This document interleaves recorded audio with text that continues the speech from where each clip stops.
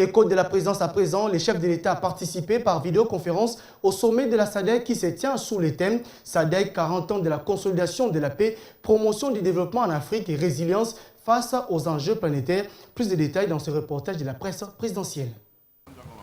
C'est aux premières heures de ce lundi 17 août 2020 que le président de la République, Félix Antoine Tshisekedi Tshilombo, a pris la direction de son bureau de travail de la Cité de l'Union africaine pour participer par vidéoconférence aux travaux du 40e sommet ordinaire de chefs d'État et de gouvernement de la Communauté de développement de l'Afrique australe, SADC.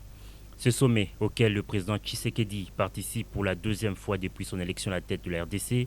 se tient sous le thème SADC, 40 ans de consolidation de la paix et de la sécurité, de promotion du développement et de la résilience face aux enjeux planétaires. Sommet accueilli par la République du Mozambique qui, durant ses assises, assumera la présidence tournante de l'organisation.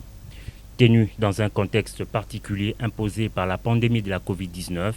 cette rencontre a été ponctuée par l'allocution du président entrant de la SADC, Philippe Jacinto Nyusi, président de la République du Mozambique, qui a pris solennellement le bâton de commandement de cette organisation sous-régionale. Bien avant cet événement, la parole était accordée à la secrétaire exécutive de la SADC pour la présentation des chefs d'État et des gouvernements et des dignitaires. Créée le 17 août 1992 à Windhoek, en Namibie, la SADC vise à promouvoir une croissance et un développement économique et durable, à réduire la pauvreté et à améliorer la qualité de vie des peuples de la région.